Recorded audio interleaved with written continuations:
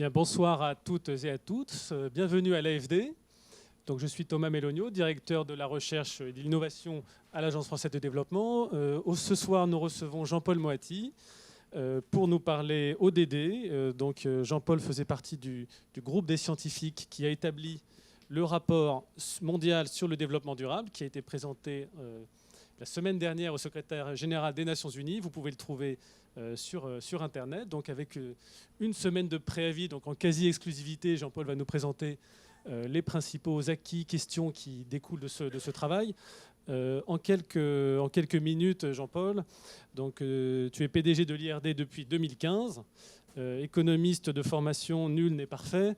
Tu as commencé dans le domaine de l'économie de l'environnement, brièvement, avant de bifurquer vers la santé, ce qui d'une certaine manière te destinait à la logique des ODD, puisque dans ton parcours, tu as pu travailler sur des champs relativement différents.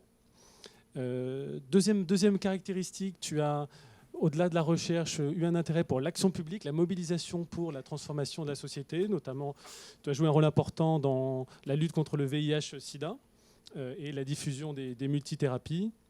Et pour la période plus récente, depuis 2017, donc, tu fais partie du groupe des 15 scientifiques mandatés par le secrétaire général des Nations Unies pour établir un premier rapport mondial sur le développement durable que tu vas présenter aujourd'hui. Donc, il a été présenté à tout seigneur, tout honneur au secrétaire général mercredi dernier. Ce rapport, pour l'anecdote, s'appelle The Future is Now, donc l'avenir c'est maintenant, qui fait écho évidemment au rapport de Gro Harlem Brundtland qui avait imposé ou établi le concept de développement durable. Donc à l'époque c'était Our Common Future, donc le développement durable était venu comme un avenir, en tout cas une problématique lointaine. Aujourd'hui nous sommes davantage dans l'urgence. Donc merci Jean-Paul d'avoir accepté de faire cette présentation. Tu vas donc pouvoir, en à peu près 45 minutes, présenter ce rapport. Nous aurons ensuite un temps d'échange pour les questions. Je signale par avance que les débats sont filmés, donc si vous posez des questions, c'est à vos risques et périls. Et en tout cas, il faudra vous présenter pour que les personnes qui nous regardent à distance puissent savoir qui vous êtes et vous identifier. Voilà, merci beaucoup. Jean-Paul, je te laisse la parole avec quelques questions auxquelles tu pourras répondre. Où en sommes-nous de l'atteinte des ODD, ce que nous savons, ce que nous ne savons pas, et aussi ce que nous pouvons faire. Voilà. J'en profite pour faire la promotion d'un petit cahier sur les ODD qui a été établi par nos collègues du département de la communication, mais avec un certain nombre d'intervenants externes, dont toi-même.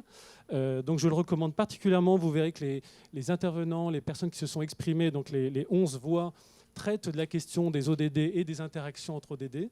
Et donc, je vous le recommande tout particulièrement. Je crois qu'un certain nombre d'exemplaires sont disponibles dès ce soir et en ligne. Voilà, sans plus tarder, je cède la parole à Jean-Paul Moati pour son exposé. Merci. Merci beaucoup, Thomas. Vous m'entendez ? Merci aux collègues de l'AFD. Je m'excuse de vous imposer des diapositives en anglais, mais c'est parce que c'est tout chaud, puisque l'essentiel, c'est le diaporama sur lequel l'ensemble du groupe d'experts s'est mis d'accord pour présenter le rapport, même si on a le droit d'ajouter ici ou là des petites choses. Et donc, on n'a pas encore eu le temps de le traduire en français. Je suis désolé, mais c'est le prix à payer pour en entendre parler avant la discussion à l'Assemblée générale de la semaine prochaine, mardi et mercredi. Donc effectivement, comme ça a été dit, ça c'est la couverture officielle du rapport. Je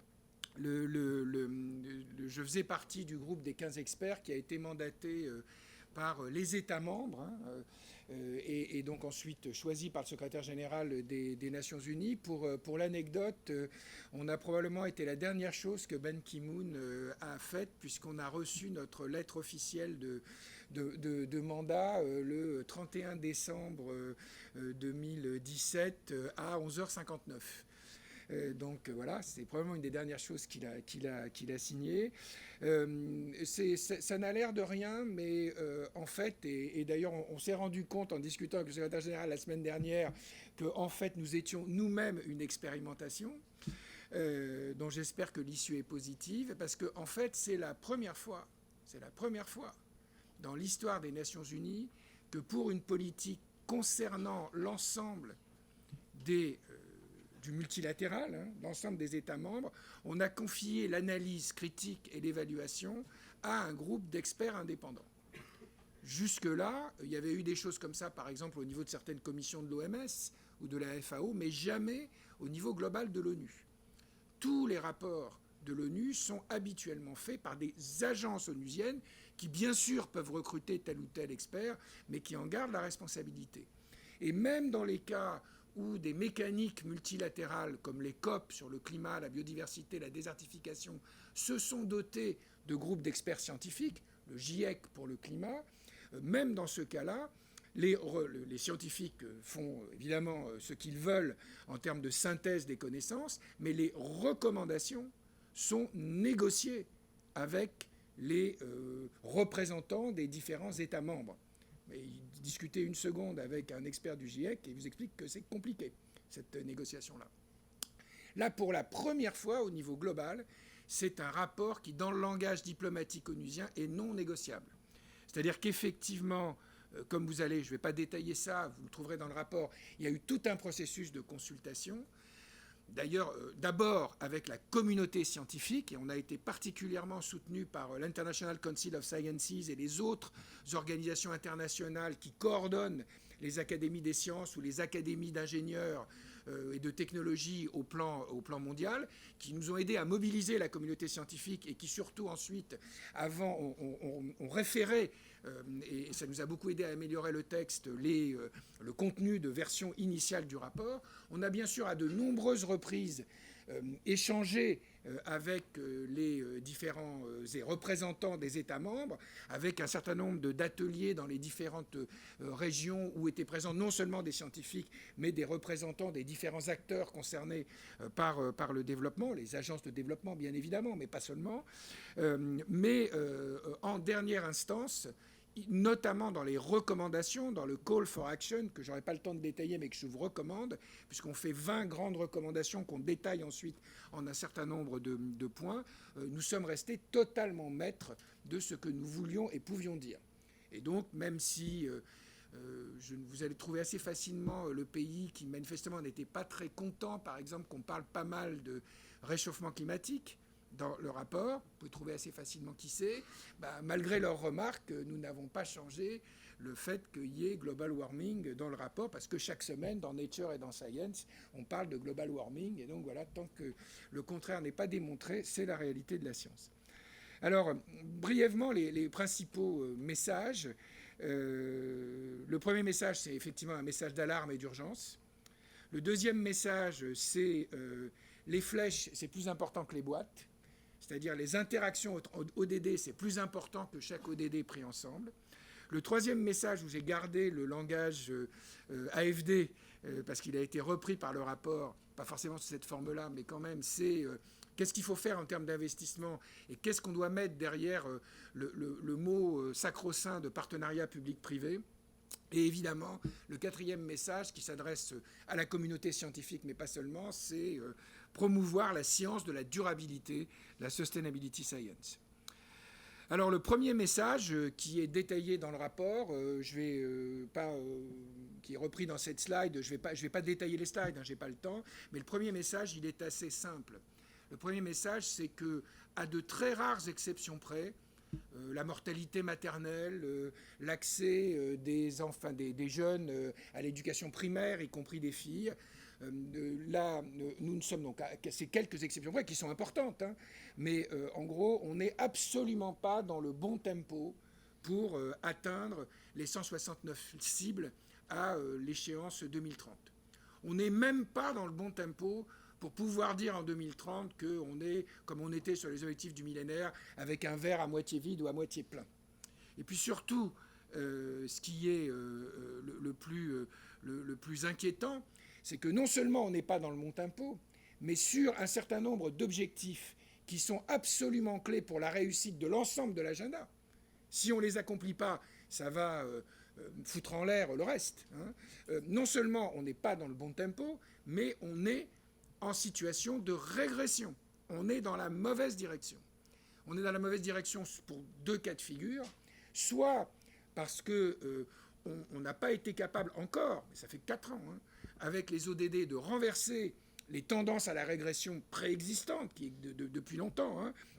Par exemple, c'est le cas pour la perte de biodiversité, à droite de la figure là. C'est le cas, c'est pas sur cette slide-là, sur la question de l'empreinte écologique des déchets toxiques et autres de nos modes de production et de consommation, notamment dans les pays du Nord. Donc là, on n'a pas du tout été capable de renverser la tendance, CF, le rapport de l'IPBES du printemps, ou bien c'est le cas pour ce qui est des émissions de gaz à effet de serre et de la lutte contre le réchauffement climatique, et c'est le cas pour les inégalités entre pays et surtout à l'intérieur des pays, où la crise économique de 2008-2010, qui a parfois du bon, avait permis de partir dans la bonne direction, mais où, comme on n'a pas décorrélé la croissance économique des modèles de développement nocifs dans lesquels nous sommes engagés depuis longtemps, la reprise de la croissance économique, comme suite aux crises précédentes,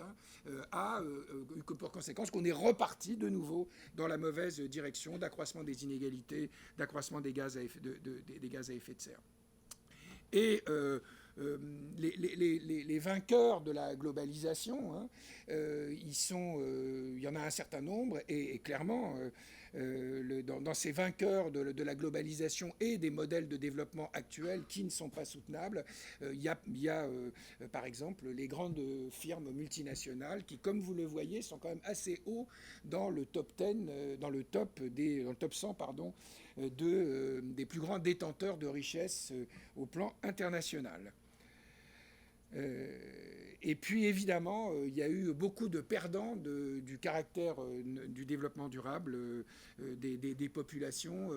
Un exemple évidemment que l'actualité nous rappelle quasi quotidiennement, c'est l'augmentation du risque, enfin des épisodes liés aux événements climatiques extrêmes et du risque naturel catastrophique dont l'intensité a eu tendance à augmenter de façon significative au cours de la dernière période, et qui peut avoir des conséquences tout à fait dévastatrices. On a dans notre groupe mon ami David Smith, qui est de l'université des West Indies à la Jamaïque. Il était donc aux premières loges pour voir passer, même si ça a raté la Jamaïque, Dieu merci, le voir passer l'ouragan sur les Bahamas.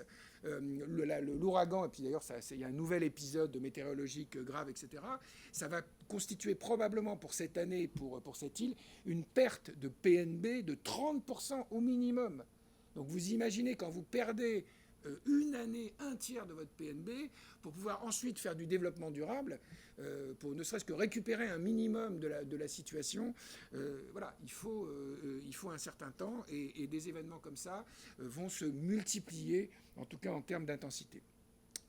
Alors, parmi les points sur lesquels je voudrais attirer votre attention, parce que l'autre chose dont je suis assez heureux, c'est que dans ce groupe de 15 experts, il y avait 4 francophones. Ça doit être la première fois dans l'histoire des Nations Unies où il y a 4 francophones. Alors, il y avait des francophones, il y en avait un Camerounais qui était quand même prof aux États-Unis, mais enfin, il était quand même francophone. Il y avait un Belge, il y avait un Suisse et il y avait moi-même. Bon, bien sûr, je plaisante un tout petit peu, mais je pense que ça a contribué à ce qu'un certain nombre de thématiques qui sont plus portées par les pays européens ou par les pays francophones ont été présentes dans des enceintes onusiennes où ils sont parfois moins présents. Et donc, en particulier, je crois qu'on a fait des choses qui peuvent paraître triviales et simples à ceux qui sont dans la salle ici, notamment à nos amis de l'AFD, mais c'est la première fois que ça va être aussi clair dans un rapport des Nations Unies. On a insisté sur le caractère multidimensionnel de la pauvreté et des inégalités, par exemple en insistant sur les inégalités de genre, hein, qui sont développées dans cette slide, sur le fait que effectivement, comme toute la littérature scientifique le démontre, le fait de se concentrer sur uniquement la pauvreté monétaire définie par le seuil absolu de $1 par jour et par personne dans les années 2000, et puis aujourd'hui on est à 1,9, passe à côté de la réalité et la complexité de la pauvreté. Par exemple, le fait qu'en Afrique subsaharienne ou en Asie, une grande partie de l'Asie, les personnes sont largement dénuées de toute forme de protection sociale, ne serait-ce qu'un des seuls éléments de protection sociale auxquels nous sommes accoutumés en France et en Europe. Et donc, d'une certaine façon, parce qu'on n'invente rien évidemment dans ce rapport, on ne fait qu'exprimer le consensus scientifique, mais en essayant de l'exprimer dans des termes qui soient compréhensibles et pertinents par rapport aux discussions des décideurs publics et puis plus largement. Et quelque part, on en finit dans ce rapport avec la théorie du ruissellement. Vous savez, la théorie... Et il faut bien rappeler que... alors d'abord, la théorie du ruissellement, à ma connaissance, même si elle a été... adoptée, acceptée par de très nombreux décideurs, et encore aujourd'hui, à ma connaissance, Thomas, tu confirmes, elle n'a jamais été publiée dans une revue scientifique à comité de lecture, voilà. Même s'il y a beaucoup de prix Nobel, Friedman, Lukács, etc., qui ont fait des déclarations qui allaient dans ce sens au moment de leur splendeur. Hein. Mais clairement, cette théorie du ruissellement, elle est sous-jacente aux objectifs du millénaire. Dans les objectifs du millénaire, on dit il faut éliminer la pauvreté absolue, et on ne parle absolument pas des inégalités. Pourquoi ? Parce que derrière, il y a l'idée que pour éradiquer la pauvreté, notamment la pauvreté telle que définie par un seuil monétaire qui permet de clamer victoire, parce que c'est vrai qu'il y a 1 milliard de personnes en moins qui ont passé ce seuil depuis le début du siècle. Du coup, il y a eu 1 milliard de personnes en plus qui se sont accumulées entre 2 et 3 dollars par jour et qui sont donc extrêmement sensibles à toute crise écologique, environnementale, politique, militaire, sociale, etc., économique. Mais bon, c'est vrai qu'on peut clamer victoire de ce point de vue-là. Mais l'idée, c'était que si le prix à payer pour sortir les gens de la pauvreté absolue, c'était que, comme ça arrive souvent, les riches allaient s'accaparer une part plus importante du gâteau et donc bénéficier encore plus de la croissance, du moment que les pauvres en profitaient aussi, ça allait. Et donc c'est ça le paradigme sous-jacent des objectifs du millénaire. Bref, la Banque mondiale n'était pas très Piketty, d'accord, vraiment pas.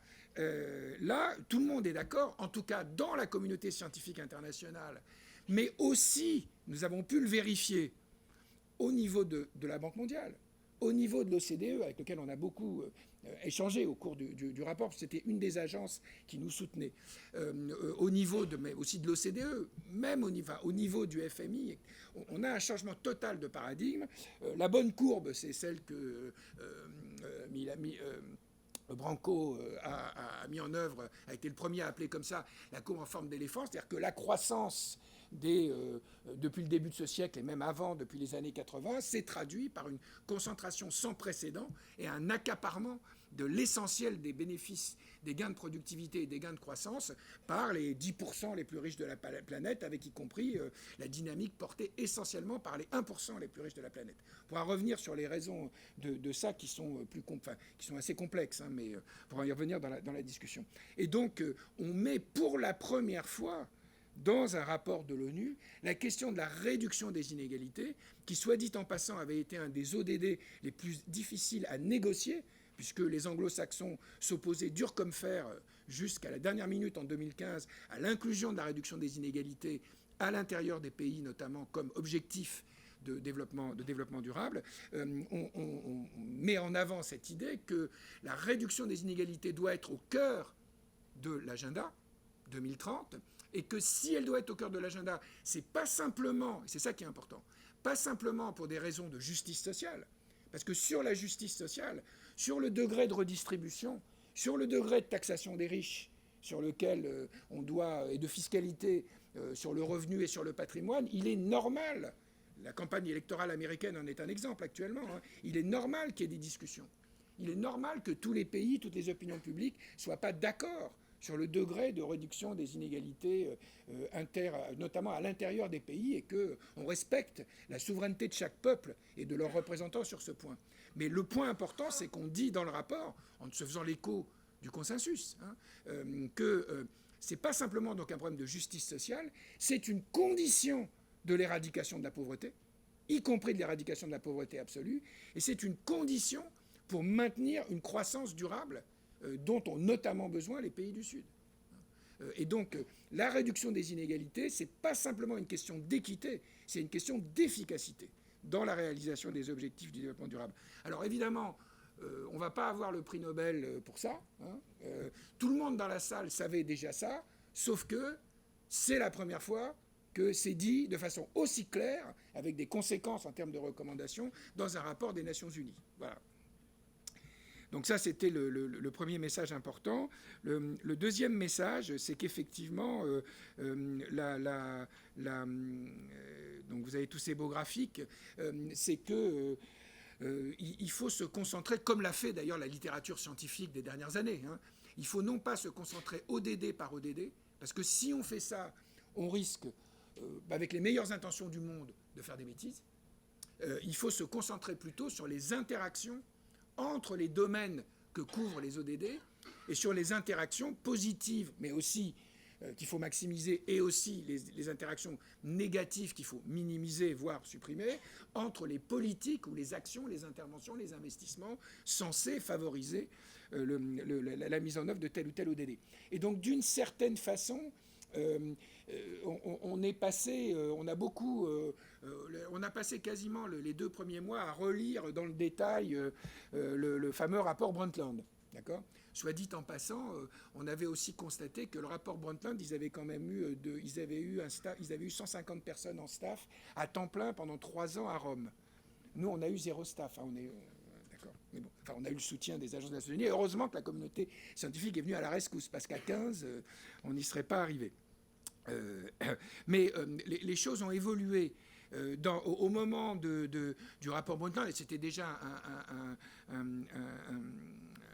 progrès énorme par rapport à ce qui se discutait à l'époque. Et d'ailleurs, Gros Brundtland a accepté, et ça nous a fait extrêmement plaisir, de faire une remarquable préface au rapport. Hein. Donc ça, le lien a été concrétisé même dans le rapport, et on en est très, très heureux et très fiers. Mais à son époque, effectivement, le développement durable, c'était de dire il y a 3 piliers, l'économie, le social, mais aussi l'environnement. Il faut arriver à tenir compte des 3 et à trouver les bons compromis entre les 3. La littérature scientifique, elle n'en est plus là aujourd'hui. Et pas simplement la littérature scientifique, les praticiens du développement, comme ceux de l'AFD, on est déjà sur les interactions entre les différents éléments, comment faire en sorte de trouver des solutions gagnant-gagnant, mais en sachant, ce qu'on dit rarement dans les rapports onusiens, que oui, il y a des solutions gagnant-gagnant, mais même les solutions gagnant-gagnant, elles font des perdants. Et que donc il faut trouver les formes politiques et sociales qui permettent de promouvoir ces solutions qui existent sur le papier, qui existent dans la littérature scientifique, qui existent dans la technologie, mais qui ne sont pas forcément mises en œuvre, ou en tout cas pas forcément mises en œuvre comme il faudrait qu'elles le soient en termes de développement durable. Alors, évidemment, on a fait un certain nombre de choses. Là, je ne vais pas détailler ça, mais ça, c'était un peu dans la lignée de rapports qui avaient déjà été faits par un certain nombre d'instances. C'est l'état de la littérature scientifique récente sur les interactions entre les différentes cibles des ODD. Le point qui est important, qui n'est pas sur la slide là, c'est qu'en gros, ça, malgré le fait qu'il y a quand même une certaine quantité de littérature, ça couvre 10%, un tout petit peu plus de 10% de l'ensemble des interactions potentielles, quand on fait la matrice complète des 169 cibles. Donc il y a quand même du pain sur la planche hein, en termes de connaissances pour mieux connaître les éléments en question. Je passe rapidement là-dessus. Et donc ça implique effectivement de bien regarder les synergies possibles, les arbitrages, la complexité des choses. Et là, je ne peux pas résister j'ai hésité, mais je n'ai pas résisté à cette slide-là, parce que justement, la dernière fois qu'on était au HLPF à New York, au mois de High Level Policy Forum, on discute des objectifs de développement durable chaque année entre les pays membres. Je ne pouvais pas chaque fois que j'ouvrais la télévision, je tombais systématiquement sur les pubs pour les derniers SUV. D'accord ? Vous savez, les véhicules, etc. Je ne sais pas, ne levez pas la main ceux qui ont un SUV dans la salle, s'il vous plaît. Mais c'est tout bête pour montrer quand même la complexité et l'implication de l'ensemble des acteurs. Hein, parce que là, on est c'est l'offre des constructeurs, des réseaux, etc. Mais c'est aussi la demande des consommateurs qui les achètent, etc. Eh bien, quand vous voyez ça, par exemple, la demande d'énergie primaire aux États-Unis depuis une dizaine d'années, est relativement stagnante. Elle a remonté légèrement ces dernières années. Et si on prolongeait la courbe jusqu'à 2018, elle aurait aussi encore remonté un peu légèrement. Ceci en dépit d'efforts absolument massifs, plus élevés qu'en France, d'économie d'énergie. Il y a des États comme la Californie ou toute la Sun Belt, etc., qui ont fait des efforts considérables en termes d'économie d'énergie, en termes de recours aux énergies renouvelables, etc., etc. Et bien, tous ces efforts qui vont dans le sens du développement durable sont totalement annihilés, puisqu'on est en situation de stagnation, enfin de maintien de la demande, voire maintenant de légère augmentation, parce qu'il y a chaque année quelques centaines de milliers ou de millions de personnes qui achètent des SUV, qui sont les pires véhicules pour cracher du CO2 et des gaz à effet de serre. Sans commentaire. Et donc, on a mis en avant dans le... Ça va trop vite là, mais c'est pas grave. Voilà. On a mis en avant dans le rapport un point important, en insistant donc sur le fait que les flèches, les interactions sont plus importantes. Et je crois que ça, d'après les premiers retours qu'on a, on verra à l'Assemblée générale, ça a été plutôt bien compris et bien assimilé, au moins par une partie des États membres, notamment les pays du Sud, parce qu'effectivement, il y avait un peu une tendance à ce que les ODD, 17 objectifs, 169 cibles, ça soit un peu le ticking of the box, hein, la liste, le catalogue de la redoute du bien-pensant du développement durable. Hein. Et d'ailleurs, quand on va au High Level Policy Forum, il y a un peu ce côté-là. Il y a chaque pays qui vient pour dire « Ah ben oui, nous on a progressé. Cette année, on va vous donner des données sur 150 des cibles, alors que l'année dernière, c'était seulement 140. Et sur ces 150 cibles, on a fait des progrès sur 130 d'entre elles. » D'accord ? Donc il y avait un petit peu ce côté un peu formel du processus, même si c'est déjà mieux que rien. Et donc on a mis en avant que la question n'était pas là. La question, c'est plutôt de trouver au niveau approprié, qui bien sûr vont être différents selon les pays, selon les territoires, selon les contextes, hein, de trouver la bonne voie de priorité pour engager des transformations. Et donc, c'est plus important de déterminer ce qu'on peut faire dans ces grands domaines de transformation, ou dans certains d'entre eux, hein, plutôt que de cocher les cases, que de cocher les 169 cases. Et effectivement, là encore, on n'a rien inventé sur ces 6 entry points pour la transformation. Hein. C'est les capacités et l'amélioration du bien-être, c'est la transition énergétique, c'est les systèmes alimentaires, c'est je sais plus, c'est évidemment les villes, c'est les villes durables, et c'est ce qu'on a appelé, ce qui doit faire plaisir à l'AFD, les communs environnementaux globaux. Mais ça donne, disons, une dynamique un petit peu différente dans la manière d'opérationnaliser les ODD, et on donne évidemment toute une série d'exemples dans ce domaine. Et je crois que ça va faire un petit peu avancer le schmilblick par rapport à une façon assez trop formaliste de se comporter par rapport aux EDD au plan international. Alors, le point qui est important, qui est illustré par cette slide, et qui marque d'ailleurs une différence avec les objectifs du millénaire, hein, parce que les objectifs du millénaire, ce n'était pas pour tous les pays, c'était essentiellement pour les pays en développement. Là, ce qu'on voit dans cette slide, que je ne vais pas détailler là encore, c'est que tous les pays sont en voie de développement durable. Il n'y a aucun pays qui a trouvé le bon équilibre entre l'amélioration du bien-être de sa population, et y compris les progrès économiques qui sont nécessaires, notamment dans les pays du Sud, où l'AFD intervient pour améliorer le bien-être des populations, les faire sortir de la pauvreté, et le respect des limites planétaires, hein, des limites planétaires environnementales. C'est ce point sur lequel on insiste dans le rapport. On pourra y revenir au niveau des questions. Et donc, on met en avant, par rapport à ces 6 points d'entrée pour la transformation, hein, qui ne prétendent pas être exhaustifs, hein, mais qui devraient guider l'élaboration de politiques ou d'interventions, les leviers qui sont évidemment l'amélioration de la gouvernance et des institutions, l'économie et la finance, j'y reviendrai, l'action individuelle et collective, manger un peu moins de viande, acheter un peu moins de SUV, et évidemment la science et la technologie, sur lequel je conclurai. Alors, quelques exemples, très très brièvement. On va, d'après les prévisions, en 2030, on sera à 8,5 milliards d'individus sur la planète, et on devrait être entre 9 et 10 milliards d'ici entre 2050 et 2100. Avec les modèles agricoles actuels, on peut nourrir tous ces gens. C'est possible. Si on continue la révolution verte, si on continue à augmenter la productivité agricole en augmentant le pourcentage d'intrants chimiques à l'hectare, on peut le faire. Sauf que, et ça c'est très clairement dit par la littérature internationale, donc repris par le rapport, si on, pour faire ça, ça veut dire qu'on augmente de 90% les émissions de gaz à effet de serre, d'accord, d'ici 2030, ça veut dire oublions les accords de Paris, oublions la protection du climat. Hein. C'est d'ailleurs ce que viennent de dire les papiers qui sortent des climatologues français sur le sujet. Et ça veut dire également qu'on réaffecte à l'agriculture, par la déforestation par exemple, 12 millions d'hectares par an de terre, des surfaces continentales. Ça veut dire qu'on augmente de 40 à 50% les espaces naturels qui deviennent colonisés par l'Anthropocène. D'accord ?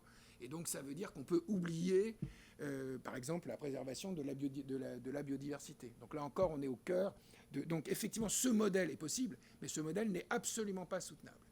Et comme le montre toute une série de rapports, et on insiste là-dessus, avec l'ensemble de la communauté scientifique, sur un certain nombre de sujets, la biodiversité en est un évidemment, on est proche, en tout cas dans certaines régions, de ce qu'on appelle des tipping points, des points de bascule, c'est-à-dire qu'on aura affaire à des conséquences irréversibles sur lesquelles on ne pourra pas revenir en arrière, malgré le génie d'adaptation de l'humanité et de la nature, en termes de conséquences. Alors on peut éventuellement vivre avec des conséquences irréversibles, mais quand même. Là, une anecdote quand même.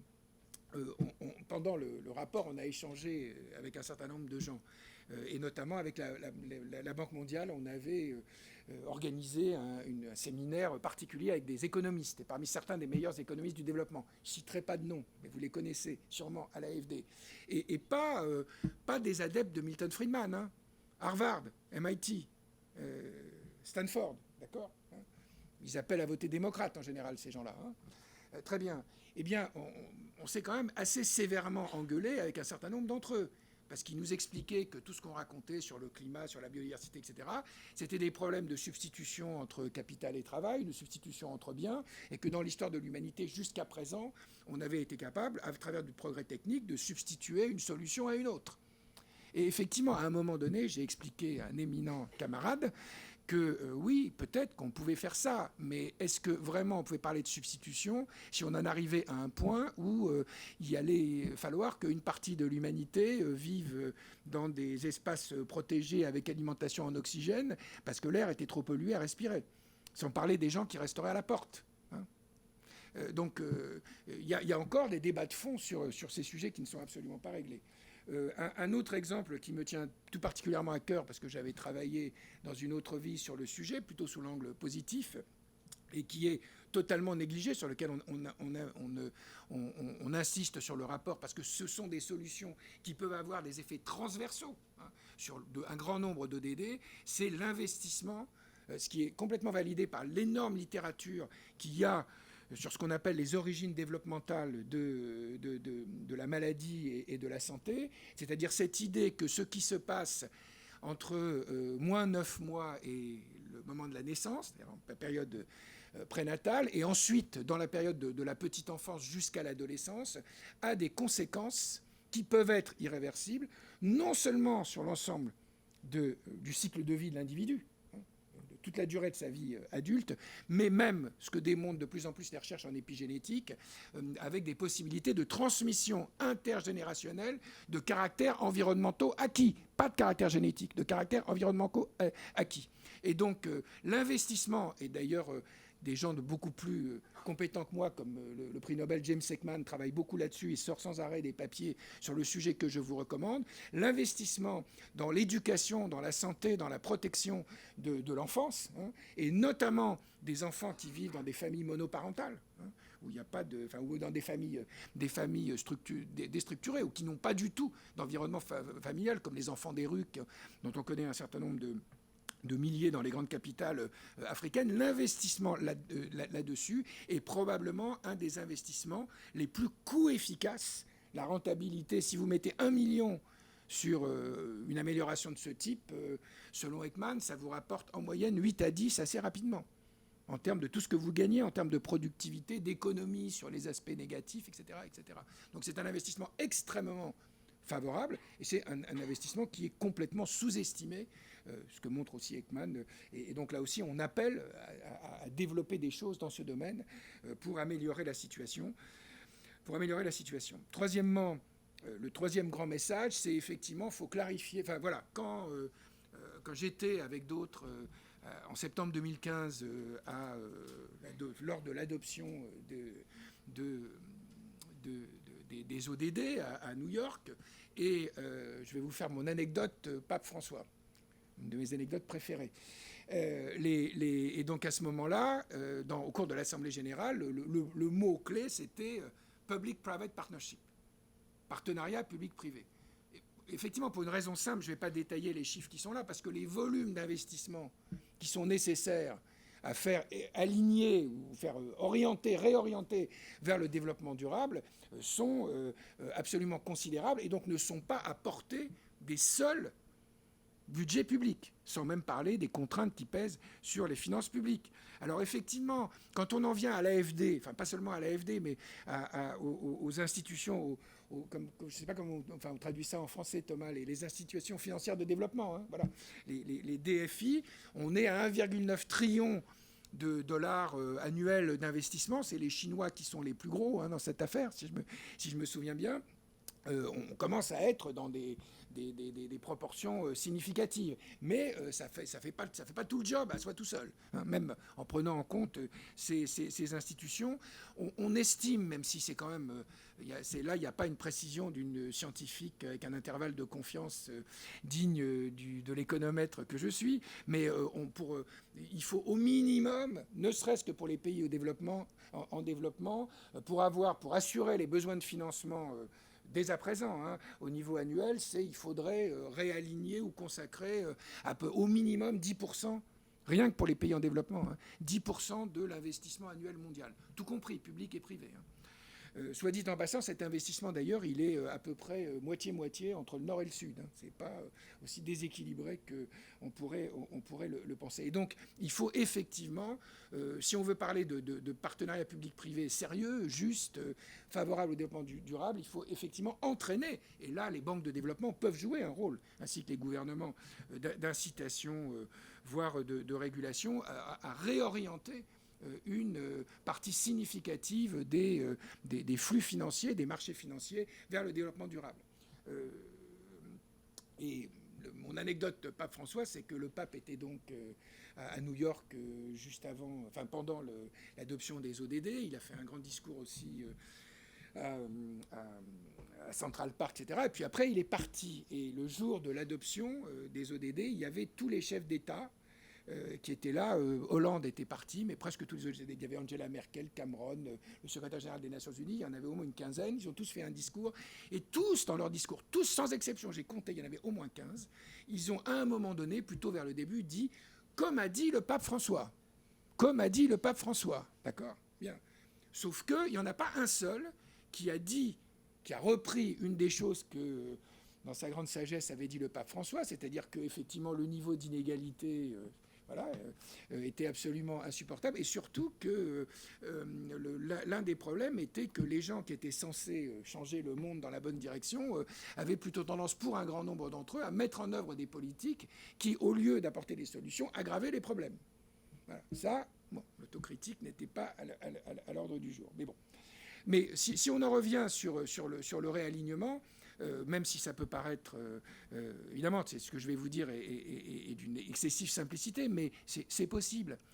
Le produit financier qui a eu le plus grand développement au cours des 30 dernières années, je crois que les premiers produits datent de 1989, c'est les Exchange Traded Funds. Je ne sais pas s'il y en a qui connaissent, il y a sûrement des gens à l'AFD qui connaissent ça dans la salle, même mieux que moi. Les Exchange Traded Funds, pourquoi ça marche ? C'est parce que c'est des produits financiers qui sont assez simples, qui peuvent être achetés par des institutions, mais même par des particuliers, et qui sont calés sur des indicateurs. Le premier, d'ailleurs, était plus gros encore aujourd'hui et calé sur l'évolution de l'indicateur du Stock Exchange que vous voyez tous les jours sur Bloomberg TV. D'accord ? Ou bien ils sont calés sur des paniers de matières premières ou des paniers d'actions ou des paniers de telle ou telle activité économique. D'accord ? Si on arrive à changer les mécanismes de détermination de ces indicateurs de référence, ou s'il y a une pression suffisante, amicale, bien sûr, pour que les propriétaires, enfin, les animateurs de ces différents fonds d'eux-mêmes changent les indicateurs de référence. Par exemple, qu'ils sortent des indicateurs boursiers de référence les producteurs de combustibles fossiles, par exemple, hein, ou les gens qui alimentent les pesticides à haute dose, ce genre de choses-là, eh bien, de façon très importante, sans qu'il y ait forcément besoin de faire la révolution, ça bouge, ça réaligne dans la bonne direction des masses financières très très importantes. Et de ce point de vue,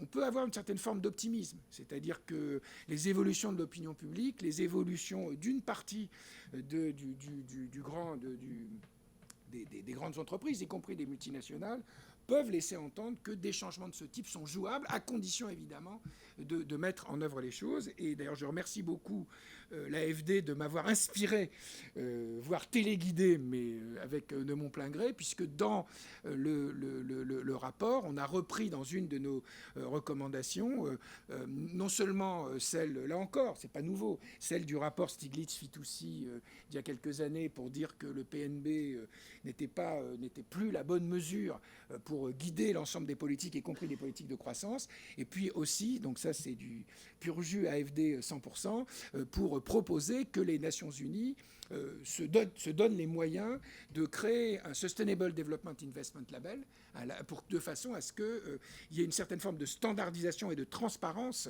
dans la qualité effective des investissements, par exemple sur les marchés financiers, pour en finir avec l'information et l'ambiguïté qu'il peut y avoir autour du greenwashing actuel, où les gens qui vont dans la bonne direction peuvent être suspectés de faire ça, de ne pas le faire vraiment, de cacher des choses, de faire du mauvais marketing, et inversement, des gens qui ne font pas des choses très correctes, qui justement devraient être sortis d'un investissement en développement durable, qui puissent le vendre comme étant...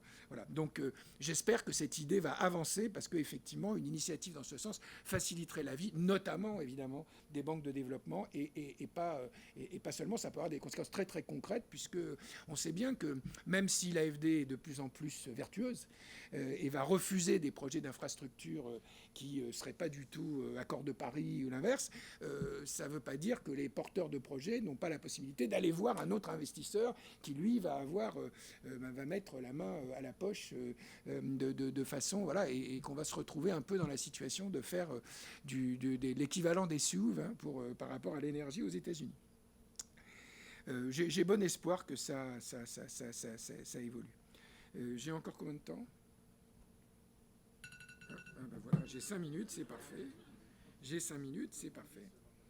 Non, je vais aller très vite. Alors évidemment, le dernier, enfin les derniers messages, mais on ne pouvait pas ne pas profiter de la situation, mais ce n'est pas simplement parce qu'on était un groupe de scientifiques qu'on a fait ça, c'est évidemment de dire que la science et la technologie ont un rôle important à jouer, et le renforcement des interfaces sciences-politiques dans la mise en œuvre du développement durable.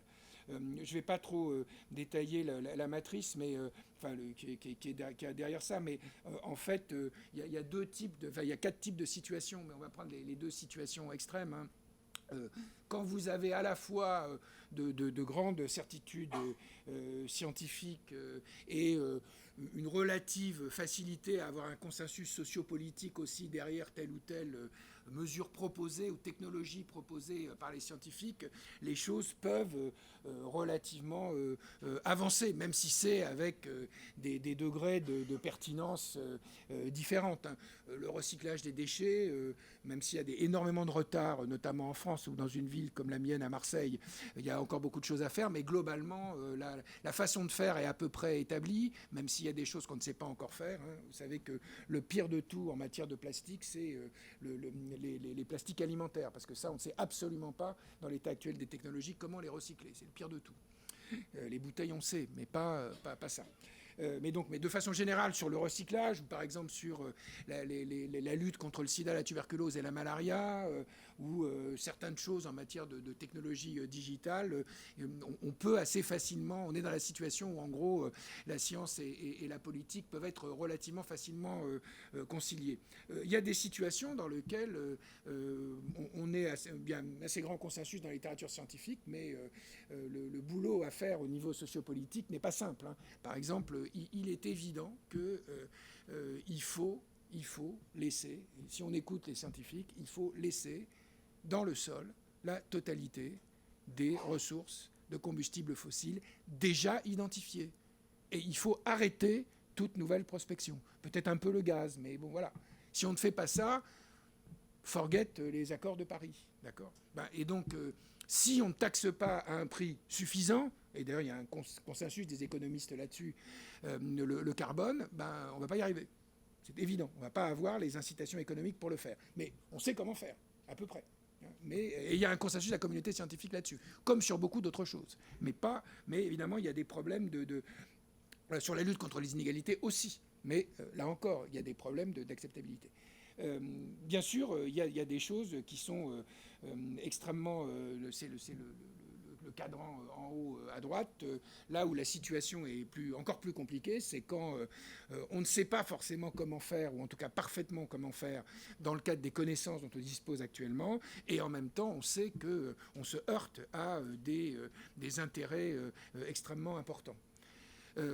C'est pas dit, bien sûr, parce que c'est un rapport pour les Nations Unies, il faut respecter un certain nombre de formes et d'équilibres, mais c'est dit de façon assez claire, c'est que si on veut faire le développement durable, il faut construire une coalition, qui est une coalition nouvelle, où on va trouver des gens qui ne sont pas habitués à converger ensemble, mais qui vont dans le sens du développement durable pour s'opposer à la coalition qui, pour l'instant, est encore la plus puissante dans le monde, qui vont dans le sens inverse, qui veulent maintenir le business as usual, parce que le business as usual, c'est le maintien de leur situation de domination, de leurs profits à court terme, etc., etc.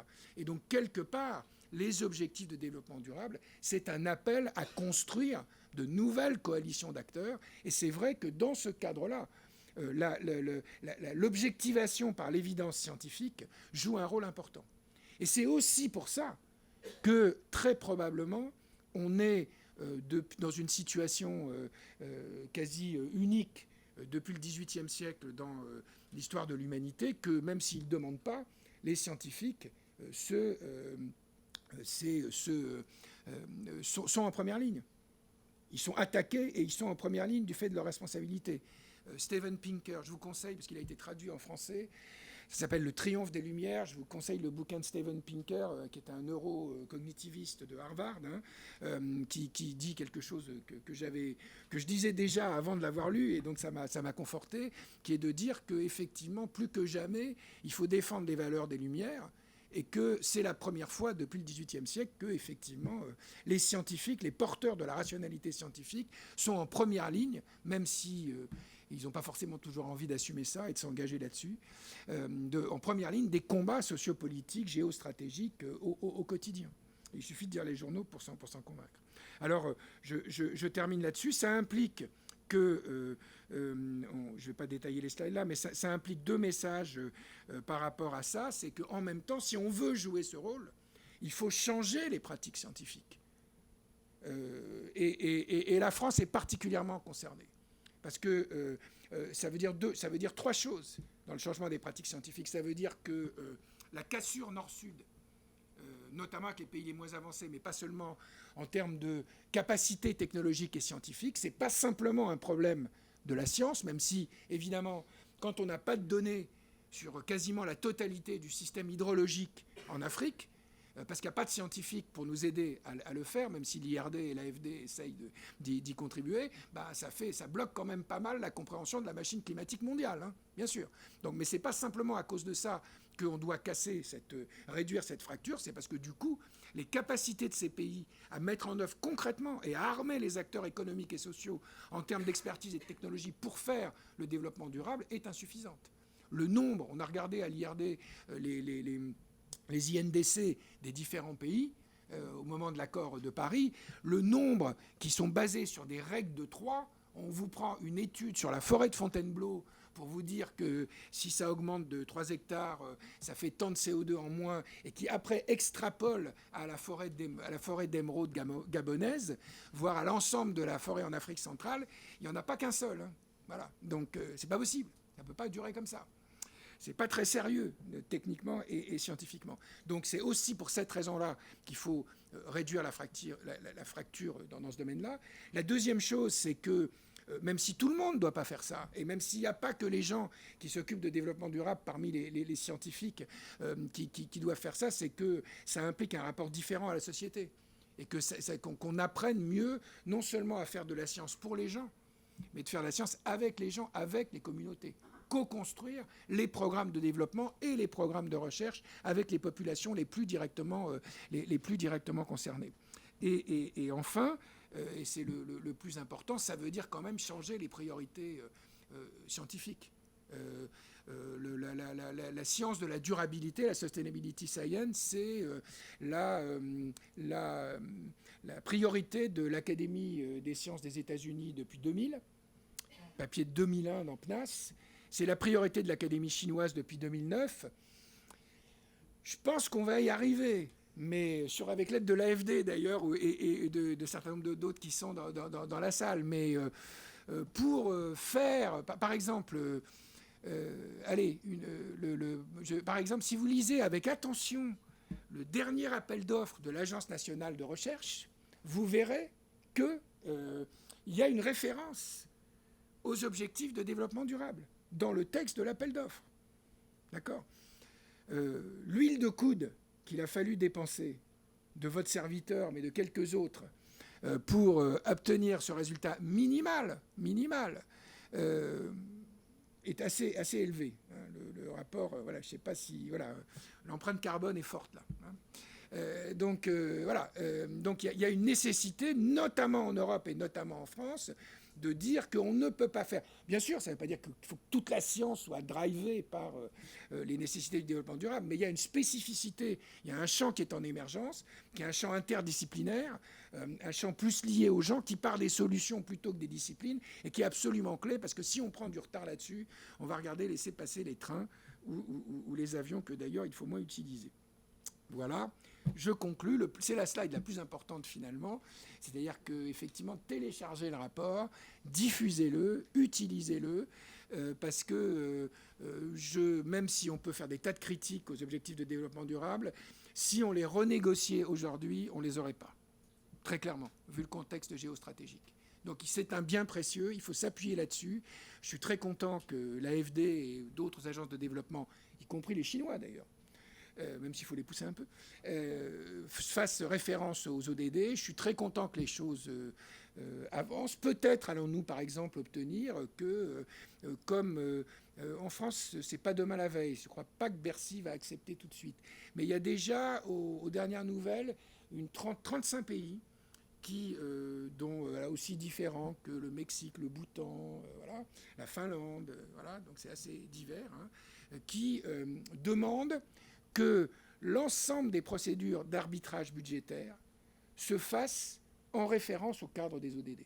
Alors, bien sûr, ça peut donner lieu essentiellement à des exercices formels, mais ça commence quand même à changer les choses quand tel ou tel ministère doit, pour réclamer son budget annuel, sa part annuelle du budget de l'État, expliquer comment il va contribuer à l'ODD ou aux ODD qui dépendent directement de lui, mais aussi aux ODD du ministère d'à côté.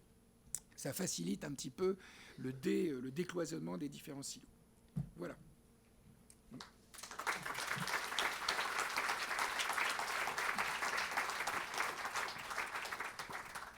Bien, merci beaucoup Jean-Paul pour cet exposé. D'abord, je voudrais remercier les collègues qui ont participé à l'organisation de cette réunion, Axel que je vois, Sylvie que je ne vois pas, Sophie. Peut-être un commentaire en t'écoutant, Jean-Paul. Ce qui est important vis-à-vis du point de vue d'une agence de développement, nous sortions d'un paradigme qui était celui des objectifs du millénaire. Et ce qu'on constate en écoutant ton exposé, c'est que ce qui a changé avec les ODD, c'est-à-dire l'introduction des inégalités, de la biodiversité, du climat, le caractère universel, finalement on liste presque l'ensemble des ODD qui vont mal. Donc d'une certaine manière, on a bien fait de passer d'un paradigme à un autre, puisqu'on traite avec ce passage d'un paradigme à un autre les dimensions pour lesquelles nous n'allons pas dans la bonne direction. Donc le graphique ou le tableau que tu as présenté de synthèse qui indique les ODD pour lesquels nous sommes plutôt sur un chemin de convergence, donc ils sont les objectifs sociaux notamment ou de lutte contre la pauvreté. Ceux-là, issus des OMD, sont en effet plutôt en passe d'être atteints. En tout cas, on peut avoir, en fonction des différents continents, un certain espoir. En revanche, les nouveautés introduites par les ODD renvoient à des dimensions qui vont mal, et qui vont mal à la fois dans les pays développés et dans les pays en développement. Donc ça, je crois que c'est quelque chose de particulièrement frappant. Deuxième commentaire, et là, je pense qu'on est vraiment en phase entre l'IRD et l'AFD de l'autre, c'est que les interactions entre ces ODD qui vont mal sont les sujets de recherche ou les sujets d'intérêt stratégique les premiers, j'allais dire. Donc à la fois, c'est vrai pour notre stratégie de recherche, on essaie d'étudier ces interactions, et je crois que ton propos allait aussi dans cette direction. Tu n'as pas montré d'ailleurs, mais dans le rapport, je renvoie à un graphique qui montre non seulement l'existence des interactions, mais également leur importance ou leur intensité. Donc ça va dans le sens que tu indiquais, de s'intéresser aux flèches, donc aux interactions entre ODD et à la force de ces flèches ou de ces vecteurs, au moins autant qu'en boîte prise isolément. Voilà en quelques mots pour lancer le débat. Donc la parole est à vous. Je te demanderai est-ce que les interventions ou questions soient relativement brèves pour que nous puissions, dans la demi-heure qui nous reste, traiter un maximum de questions. Voilà, donc la parole est à vous. Alors, j'ai déjà une première question au fond. Madame, si vous pouvez donner le micro à monsieur. On va peut-être en prendre 2 ou 3. Donc, s'il y a des questions consécutives, nous les prendrons. Monsieur. Oui, bonsoir. Donc, je suis Bertrand Séné, je suis économiste, écologiste. Je pense qu'on est à peu près d'accord sur le constat. Hein, le diagnostic est, me semble-t-il, excellent. Il y a un souci, et vous l'avez dit, hein. On a des gouvernements qui font le contraire de ce qu'il faudrait faire. Notamment, vous en avez parlé, sur les SUV en tout cas. C'est juste une folie pure que juste après avoir pris des engagements, les accords de Paris, ils laissent construire et vendre des SUV. C'est délirant. La deuxième chose, c'est qu'il n'y a rien, en tout cas en France, je ne sais pas si dans d'autres pays il y a quelque chose, mais sur la réduction de la consommation de viande, il n'y a quasiment rien. C'est un des éléments qui aurait le plus d'impact. J'ai vu un article dans Le Monde aujourd'hui où ils expliquent bien tout ce qu'on peut faire au niveau alimentation dans le monde, et d'ailleurs c'est différent selon les pays. Mais il faut faire quelque chose. Alors moi ma question c'est, ok, on est bon sur le diagnostic, on a bien compris à peu près ce qu'il fallait faire, mais si les gouvernements en place ne le font pas, qu'est-ce qu'on fait? Est-ce qu'on considère qu'ils ont été élus, donc on laisse faire, tout ça est démocratique, c'est normal? Je crains que les jeunes générations ne soient en train de comprendre qu'on ne va pas pouvoir laisser faire comme ça. Et c'est en train de chauffer. Donc je ne sais pas comment vous le percevez, mais voilà. Okay, merci. Il y avait monsieur et madame après. Oui, il y a un micro qui arrive.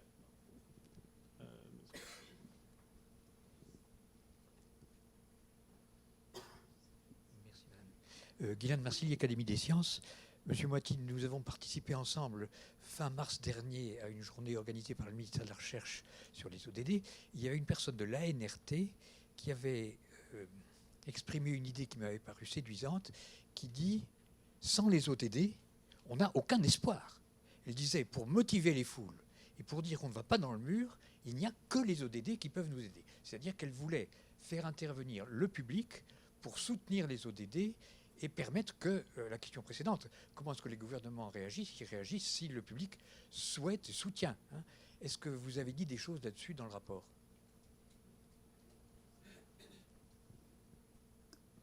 Merci. Myriam Hamdi Cherif, chercheur au CIRED, et je fais de la modélisation. Et j'aimerais en fait vous entendre en dire un peu plus sur la question de changer les pratiques scientifiques et la cassure nord-sud. Notamment, vous avez un peu parlé de questions de développement de modèles qui seraient un peu trop simplistes dans certains pays, la problématique de la disponibilité des données. Et du coup, voilà, j'aimerais vous entendre parler un peu plus de comment gérer un peu cette problématique. Alors, je propose que Jean-Paul, tu puisses prendre ce round de questions et on aura une deuxième série ensuite. Alors, sur la première intervention, oui, bien sûr. Mais bon, c'est bien pour ça qu'il faut bâtir de nouvelles coalitions. Et c'est bien pour ça que l'évolution viendra aussi de la pression que les opinions publiques, certains éléments du secteur privé, pourront exercer sur les différents gouvernements. Maintenant, la question que ça pose, c'est la question de l'exercice de la démocratie électorale occidentale, classique.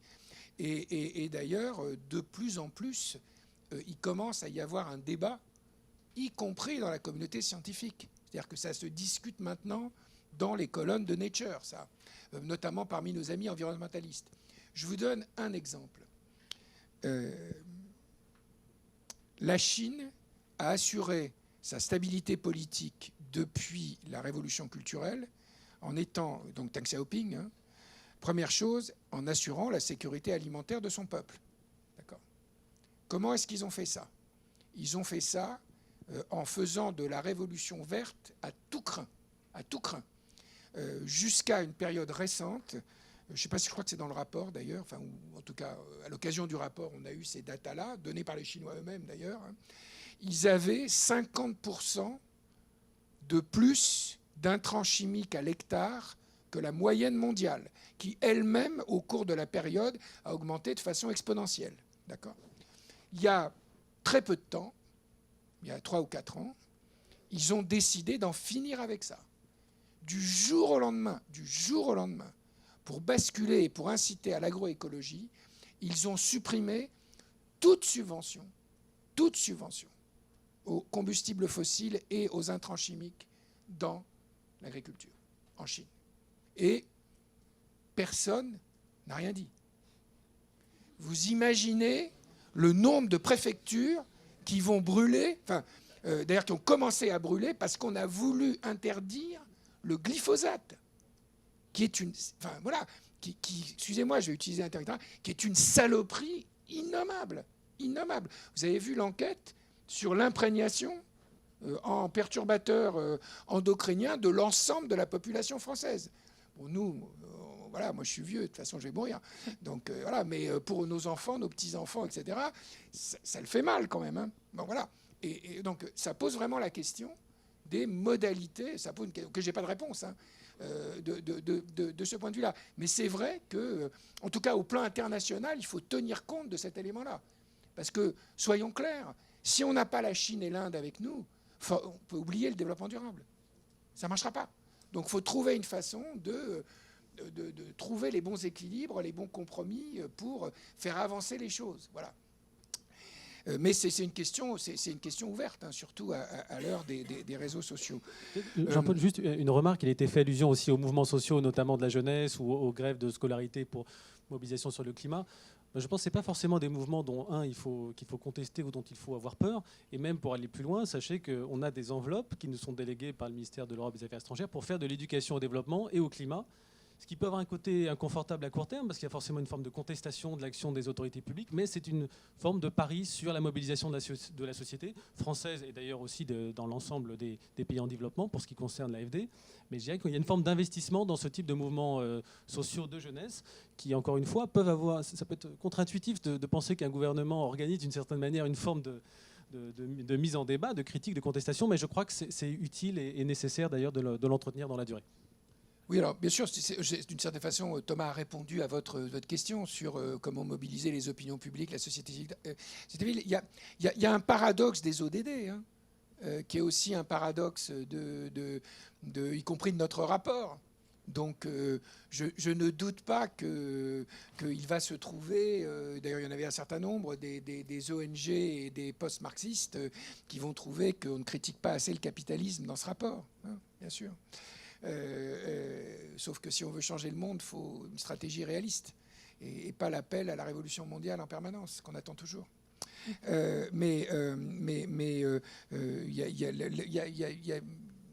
y a effectivement... le paradoxe, c'est que c'est un rapport onusien. Les ODD, c'est une mécanique multilatérale, mais les ODD ne peuvent réussir que si on construit une coalition qui casse les strictes discussions intergouvernementales.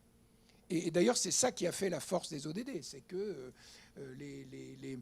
dans la négociation, il n'y a pas eu que les gouvernements.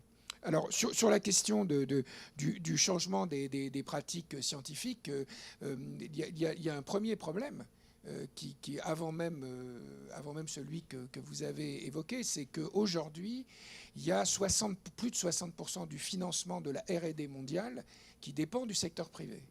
Alors certes, on peut, ce qui n'était absolument pas le cas après la Seconde Guerre mondiale, par exemple, disons la période du miracle économique lié à la reconstruction après la destruction des nazis, donc jusqu'aux années 80, enfin voilà, même au début des années 90, où l'investissement public restait le principal moteur de la dynamique scientifique et technologique. Ça n'est plus le cas. Alors ça ne veut pas dire qu'il ne peut pas y avoir des éléments tout à fait compatibles avec le développement durable à partir avec le secteur privé. On a des exemples, voilà, il y a des gens qui font ça à l'AFD, puis au niveau innovation, voilà, il y a le nombre de start-up créatives qu'il peut y avoir qui vont dans le bon sens et même plus vite que ça ne sera jamais dans le secteur public en débloquant, en jouant sur la concurrence dans certains domaines, mais fondamentalement, le secteur privé ne peut pas construire la logique et la dynamique de moyen et de long terme dont on a absolument besoin pour la science de la durabilité. Le deuxième point, c'est que il faut quand même changer bon, oui, de toute façon, je vais partir bientôt de l'IRD, donc je peux y aller. Donc, je suis à la veille de la retraite. C'est clair qu'il faut aussi se battre parce que le mainstream, au-delà de ce court-termisme qui peut être fort dans la R&D privée, même s'il n'y a pas que ça dans la R&D privée, etc., il faut aussi se battre contre le mainstream de l'establishment scientifique. Et c'est pour ça d'ailleurs qu'un des points parce que ça je sais que c'est déjà acquis, qui fait que j'espère que ce rapport, ou surtout la dynamique qu'il y a derrière, qui va bien au-delà de notre groupe de 15, le fait que des grandes institutions scientifiques comme l'International Council of Sciences, elles, adoptent, soutiennent ce type de dynamique est très important. Mais c'est vrai qu'il y a un conservatisme aussi dans la communauté scientifique. Je donne un exemple. Si vous voulez renforcer les capacités avec les pays du Sud, si vous les mettez sans aucune protection dans la compétition scientifique de l'excellence habituelle, vous savez quel est le résultat des courses. Les projets, ils ne vont pas passer. Et si vous faites même des choses pour les Africains, s'il n'y a pas des mécanismes particuliers qui corrigent, qui ajustent à la situation, c'est pas compliqué. Ceux qui raflent 95% de la mise, ils sont très bien d'ailleurs, c'est les Sud-Africains et les Nigérians. Parce qu'eux ont un vrai potentiel scientifique. Mais si vous voulez le développer ailleurs, si vous voulez que la Côte d'Ivoire, même le Ghana, qui est pourtant performant, puisse peser dans les négociations internationales à partir de connaissances, de modélisation, etc., il faut trouver des mécanismes qui soient appropriés. Nous, à l'IRD, depuis un certain nombre d'années, on se bat pour qu'il y ait un effort commun de l'Union européenne et de l'Union africaine pour essayer en s'en inspirant, sans le copier justement, mais en s'en inspirant, mettre un mécanisme comme un peu équivalent de l'European Research Council au niveau africain.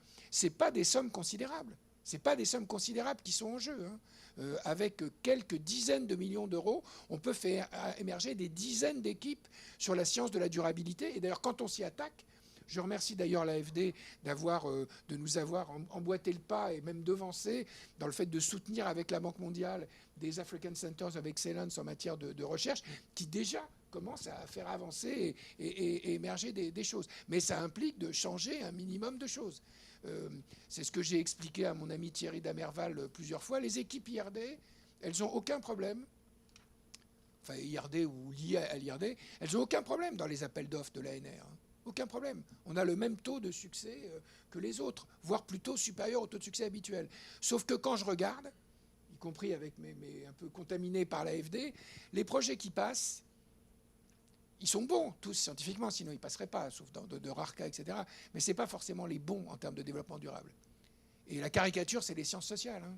Parce qu'entre un projet qui va être, par exemple, un projet de programme accompagnant une communauté agricole, essayant de développer des pratiques d'agroécologie au Niger, d'accord, en lien avec l'AFD ou pas, ou avec une ONG, et puis un projet sur l'approfondissement des connaissances sur les relations matrilinéaires dans telle ou telle tribu, de telle ou telle région peu étudiée d'Afrique, vous savez qui c'est qui gagne, d'accord ? Venant de la même unité de l'IRD, hein, de la même unité de l'IRD ou du même laboratoire commun avec le CNRS. Donc, si on n'a pas des procédures un minimum adaptées, on ne peut pas changer les pratiques scientifiques. Et il y a une vraie question sur l'accès aux données. Hein. Je termine là-dessus. Quand j'ai commencé à m'intéresser au climat en 2015 avec l'IRD, je parle avec Hervé Letreut, que tout le monde connaît, beaucoup connaissent dans la salle, plus grand climatologue français, etc. Les modèles climatiques, contrairement à ce que dit Donald Trump, c'est probablement un des trucs les plus robustes dans la science des dernières années. Il y a une dizaine d'équipes qui sont d'ailleurs des consortiums très importants, qui font différents modèles. Les modèles, ils sont robustes, ils convergent, ils donnent les mêmes résultats à peu près au niveau planétaire. Mais dès qu'on change d'échelle, là, ils commencent à diverger. Alors effectivement, Trump peut dire, vous voyez, ils ne sont pas d'accord entre eux, blablabla. Mais ce n'est pas parce que les modèles ne sont pas bons, c'est parce que les paramètres empiriques qu'on met dans les modèles, eux, ils sont pourris.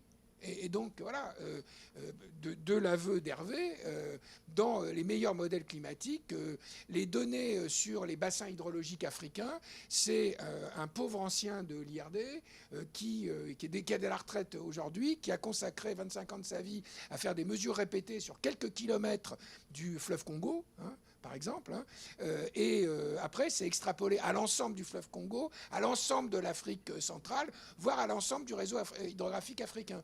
Pas étonnant qu'après, les modèles divergent. Donc là, il y a une vraie question. Et ça, c'est un changement de paradigme qui est en cours, mais auquel j'espère notre rapport va contribuer. Il faut absolument que le soutien à la recherche, aux collectes de données pour la recherche, mais aussi pour la gestion du développement durable, devienne une priorité de l'aide publique au développement. Ce qui n'était pas le cas. Ce qui n'était pas le cas il y a encore quelques années. Hein. Quand Emmanuel Macron a commencé à parler du développement et de l'Afrique, ses conseillers, quand on a commencé à faire des notes, etc., ils disaient, ah non, mais pour l'aide au développement, c'est l'éducation primaire, hein, parce qu'il y avait le primary education des multimillionnaires, la recherche, la science, etc., tout ça, c'est pas, voilà, c'est pas le truc. Ça a changé très vite. Hein. Le président a très vite changé de discours là-dessus. Mais voilà, il faut que ces questions... bien sûr, l'éducation primaire des filles, c'est fondamental, mais il faut l'autre bout de la chaîne, hein, le renforcement de l'enseignement supérieur et de la recherche et de la science, notamment dans les pays du Sud et plus particulièrement dans les pays africains. Peut-être un élément, je rebondis sur ce que tu disais, Jean-Paul, et la question que vous posiez. D'abord, on connaît évidemment très bien le CIRED, et c'est vrai que dans les priorités scientifiques ou de recherche pour l'AFD, la capacité à aider des États en développement à construire leur trajectoire et les interactions entre leurs trajectoires économiques, climat et biodiversité, c'est quelque chose d'essentiel pour leur permettre de définir leur politique publique. On avait fait avant la COP, Jean-Paul le rappelait, un travail pour accompagner l'écriture, la rédaction, la cohérence des contributions déterminées au niveau national, avec un certain nombre d'impasses qui étaient que, faute d'évidence ou de preuves scientifiques, souvent des résultats établis dans d'autres régions étaient utilisés pour faire les contributions, pour faire les INDC des pays. Bon, le grand avantage de Paris par rapport à Copenhague, c'est qu'au moins il y avait des contributions nationales et on pouvait savoir de quoi on parlait et négocier sur cette base. En revanche, beaucoup de pays ont signé un accord sans nécessairement avoir un schéma, une trajectoire horizon 2030-2050 complètement cohérente du point de vue des interactions entre les ODD les plus incompatibles entre eux. Donc ça, je pense, ça fait en effet partie de nos objectifs majeurs. Hein. On développe une gamme de modèles qu'on appelle GEM, qui précisément a pour objectif de montrer l'impact du changement climatique sur l'économie et l'économie sur le changement climatique. Et de plus en plus, j'ai tendance à penser que d'un point de vue scientifique, on devra intégrer d'ailleurs les questions de biodiversité aussi pour essayer d'avoir des modèles de développement qui soient cohérents à moyen et long terme et qu'on devra pouvoir construire avec des pays en développement ce type de modèle qui par ailleurs doivent pouvoir être autoportés par des États. Donc c'est à la fois une question scientifique et une question de renforcement de capacité. Alors, il y avait 4 questions par là. Je vais vous demander d'être relativement court et percutant. Merci. Bonjour, merci. Didier Babin, je suis chercheur au CIRAD. J'étais impliqué dans l'équipe technique de préparation des ODD en 2013-2014. Et une des demandes qui nous était faite, c'était effectivement de faciliter les interactions entre les silos. Et moi, j'étais plus particulièrement chargé des questions de biodiversité. Une des constatations qu'on a fait dès le début, c'est de dire qu'il y avait un certain nombre de tensions, pour ne pas dire d'incohérences entre certains ODD.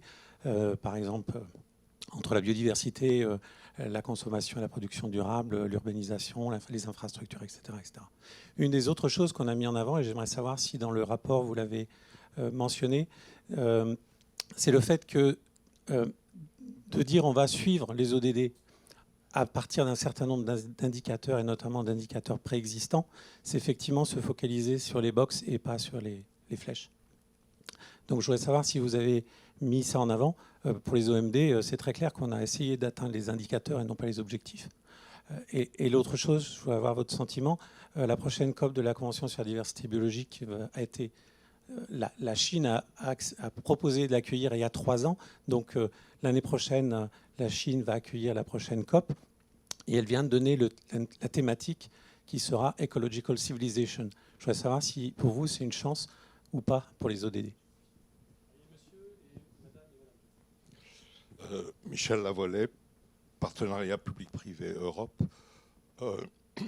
La recommandation que j'ai vue de demander à l'ONU de faire un rapport sur autre chose que la croissance, ça ressemble quand même furieusement à ce que le PNUD faisait il y a 15-20 ans, l'indice du développement humain, avec des économistes comme Amartya Sen. Et j'ai eu la chance de travailler sur un des rapports, c'était exactement ça, de fait. Deuxième question. Est-ce que le rapport rentre dans le détail de ce que sont ces partenariats publics-privés? Parce que là, on a des chiffres impressionnants, mais il n'y a pas de description de ce qu'est le partenariat lui-même. Et est-ce que le rapport rentre dans la question du dividende démographique et de la création d'emplois dans les pays qui en ont le plus besoin?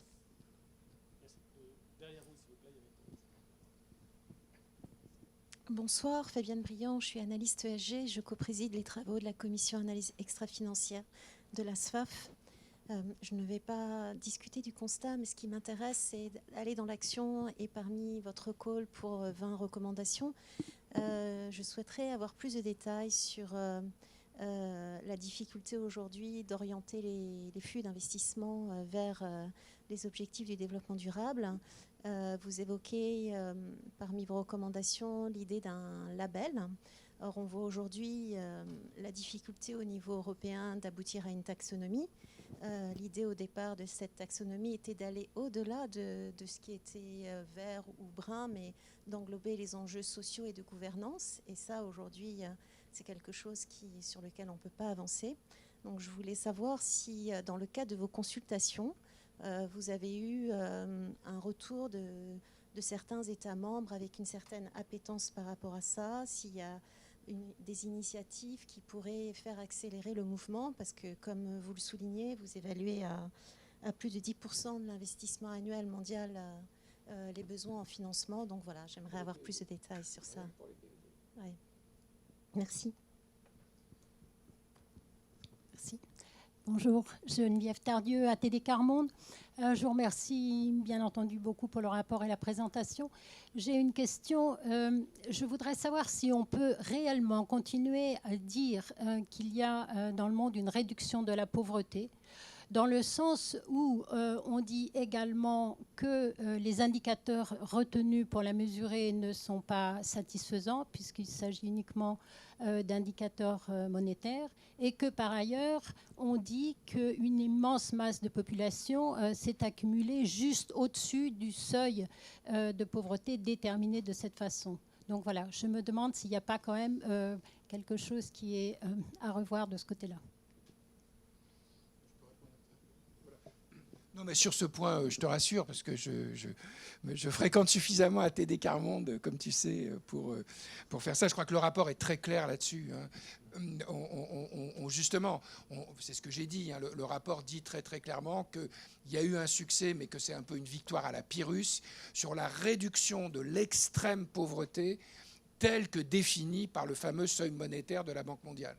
Mais après, à longueur de page, on explique que justement, c'est totalement réducteur et qu'il faut insister sur une conception multidimensionnelle de la pauvreté. Et à ce moment-là, le succès est bien moindre. Et d'ailleurs, même si elle s'est concentrée un certain nombre de régions. Hein. Il y a 5 pays au monde qui concentrent plus de la moitié de l'extrême pauvreté, hein, donc définie par le seuil monétaire. Et d'ailleurs, ça fait partie des cibles dans lesquelles, même si on n'est pas dans le bon tempo, si on veut éradiquer même la pauvreté définie de cette façon-là. Mais de ce point de vue-là, très franchement, je crois que le rapport, comme je l'ai dit, marque un changement de paradigme par rapport à cette idée de seuil absolu de pauvreté monétaire qui effectivement fait rire, hein, parce qu'à ce moment-là, à part peut-être quelques SDF et encore, on n'a pas de pauvres en France. C'est pas à toi que je vais dire que, enfin même voilà, de dire, on sait bien que malheureusement, on a pas mal de boulot à faire pour faire reculer la pauvreté dans notre pays. Hein, donc voilà. Donc ça, je pense que voilà, là-dessus, je peux te rassurer. Sur la question de la taxonomie, et puis après, ça m'indiquera sur les indicateurs. Hein. On donne un certain nombre d'indications. Ce n'est pas nous qui allons mettre ça en musique. Hein. Moi, j'ai beaucoup... donner un point de vue personnel. Moi, j'ai beaucoup travaillé, parce que je suis économètre et statisticien, j'ai beaucoup travaillé dans une autre vie sur les indicateurs de qualité de vie. Ou de bien-être globaux, etc. Et j'ai souvent eu des discussions assez âpres dans ce milieu scientifique de référence par rapport à ceux qui cherchaient le Graal de l'indicateur de qualité de vie multidimensionnel, parfait, etc. Je pense que ça n'a pas de sens. Ça n'a pas de sens, hein. Ça n'existe pas. Il n'y a pas un objet du monde réel qui s'appelle la qualité de vie ou le bien-être en tant que tel, hein, que les indicateurs, donc les taxonomies, hein, puisque correspondantes, dépendent des objectifs qu'on a. Ça, c'est la première chose. Et la deuxième chose, et c'est ça, je pense, qui est important dans l'idée du Sustainable Development Investment Label, hein, c'est que si on dit justement c'est un problème technique, même s'il y a des tas de problèmes techniques, on n'y arrivera jamais. Si on veut arriver à faire quelque chose qui soit opérationnel et qui fasse un peu avancer les choses, même s'il sera toujours imparfait et qu'il y aura toujours un statisticien, moi peut-être, qui dira que la taxonomie n'est pas la bonne, hein, c'est qu'il y a un processus politique de légitimation et suffisamment légitime pour entraîner l'adhésion de suffisamment, par exemple, de gestionnaires de fonds financiers. Voilà. Et c'est pour ça que c'est important, cette idée de Sustainable Development Label. Ce n'est pas un problème. C'est de créer un processus politique qui puisse ensuite permettre de régler les questions techniques. Alors, sur les indicateurs, je pense que en toute franchise, on ne dit pas ça de façon claire, de façon explicite dans le rapport, parce qu'on ne peut pas se fâcher avec tous les instituts de statistiques de la planète, surtout quand il y a des statisticiens dans le groupe. Hein. On a donné la question des... Il y a deux problèmes par rapport à ces indicateurs. Hein. Il y a un premier problème, enfin il y a des problèmes de data, etc. Hein, mais il y a un premier problème, c'est qu'on a donné la responsabilité de l'élaboration des indicateurs aux instituts de statistiques. Et je suis statisticien. Donc voilà. Donc je ne prêche pas pour ma paroisse. Alors, sur certaines choses, par exemple un indicateur de pauvreté, où ça fait en gros partie du cursus de l'économètre ou du statisticien, ça va à peu près. Mais dès qu'on en vient à des problèmes d'épidémiologie, des problèmes de mesurer le carbone dans les sols, d'accord, ou les gaz à effet de serre, etc., les statisticiens, voilà, moi je sais faire une variable multidimensionnelle et faire de l'agrégation sans faire trop de bêtises, mais je ne sais pas mesurer les carbones dans les sols. Et donc s'il n'y a pas des spécialistes des sols, comme il y en a à l'IRD, pour venir me dire comment il faut faire, avec une méthode relativement simple, je vais raconter n'importe quoi. Et je vais faire n'importe quoi. Donc là, il y a un vrai problème, et quelque part, la sustainability science, c'est aussi pour aller dans ce sens de l'interdisciplinarité. Mais quelque part, le fait d'insister sur la mécanique des ODD, ça doit être d'abord à partir de domaines de transformation et de points d'entrée que chaque pays, chaque territoire trouve sa voie et comment il peut, avec un certain nombre de leviers, essayer d'aller dans la bonne direction sur des points clés. Quelque part, ça ça nuance ou ça met un peu de côté l'espèce de la course à l'échalote du meilleur indicateur, même si les indicateurs, c'est très important qu'on en ait, et c'est très important qu'il y ait de la standardisation des données, et que globalement, l'ONU fait ça pas trop mal. Peut-être un élément de commentaire sur cette question, parce que l'AFD, d'une certaine manière, est interpellée indirectement, sur la question de l'alignement des ODD. En quelques mots, et peut-être je vous renverrai vers des collègues plus pointus que moi sur cette question, mais à l'AFD, on l'aborde de deux manières différentes. D'abord, au niveau institutionnel, en essayant de faire en sorte que nos financements soient au maximum alignés sur les ODD et donc réduisent à leur strict minimum les interactions négatives avec certains autres ODD. Donc là, c'est notre dispositif dit d'avis développement durable, qui est un mécanisme de contrôle interne. Donc là, je vois des collègues de la stratégie, je les pointe du doigt, mais Nicolas Blanc, Hubert Lumilly pourront peut-être vous en dire quelques mots de plus. Ça, c'est géré au niveau institutionnel. La deuxième chose, c'est qu'évidemment, si on parle de taxonomie, ce n'est pas une taxonomie de l'AFD, c'est forcément quelque chose de négocié avec d'autres partenaires. Donc là, on essaye, nous, de mobiliser un réseau de banques de développement qui s'appelle IDFC pour travailler sur les principes communs d'alignement sur les ODD. Et d'ailleurs, même un peu au-delà de ce réseau, comme on a pu le faire dans le passé pour définir les guidelines de la finance climat. Donc simplement, on est sur un degré de complexité supplémentaire compte tenu de la nature des ODD face au seul sujet climat. En revanche, c'est forcément un sujet d'action collective et un moment de négociation entre des acteurs financiers et gouvernementaux. Donc ça, je vous renvoie vers les collègues, mais je tenais à insister sur le fait qu'il y a ces deux dimensions pour nous, d'essayer d'être aussi exemplaire que possible sur notre portefeuille et d'être autant que possible aligné sur les ODD, avec, comme ça a été rappelé, des domaines plus difficiles que d'autres. La sécurité alimentaire, par exemple, très vite va impacter des questions d'usage des sols, d'environnement, donc c'est pas toujours facile. Et deux, d'entretenir des efforts collectifs pour permettre d'arriver vers un label, comme y appelait Jean-Paul, et de permettre que les acteurs, les financiers, publics et privés, aient un label sérieux leur permettant de réorienter leur portefeuille dans un sens de plus de compatibilité ODD. Voilà. Alors peut-être parce qu'il y a deux points sur lesquels j'ai pas répondu. Enfin, j'ai bien sûr pas répondu suffisamment, surtout sur la question de la démographie, des dividendes démographiques. On avait d'ailleurs un très bon démographe dans le groupe, Wolfgang Lutz, qui travaille à Vienne et à l'IASA. Donc on en a effectivement pris en compte. Là encore, c'est des sujets sur lesquels il faut qu'il y ait un positionnement evidence-based. Moi, je comprends pas. J'avoue que je comprends pas quand il y a des collègues scientifiques qui nous disent que, là, comme on s'est fait expliquer ça, parce que quand Macron a parlé pour la première fois de cette question de la démographie en Afrique, il y a des collègues qui sont montés en créneau pour dire qu'encore une fois, on voulait brader, imposer nos normes aux pauvres, etc. C'est pas vrai. Après, sur la façon de... c'est évident qu'il faut réduire la taille qu'il y a un lien entre le développement et la réduction des tailles, de la taille des familles, et qu'il faut donc donner les moyens d'un plus grand contrôle de la reproduction aux femmes.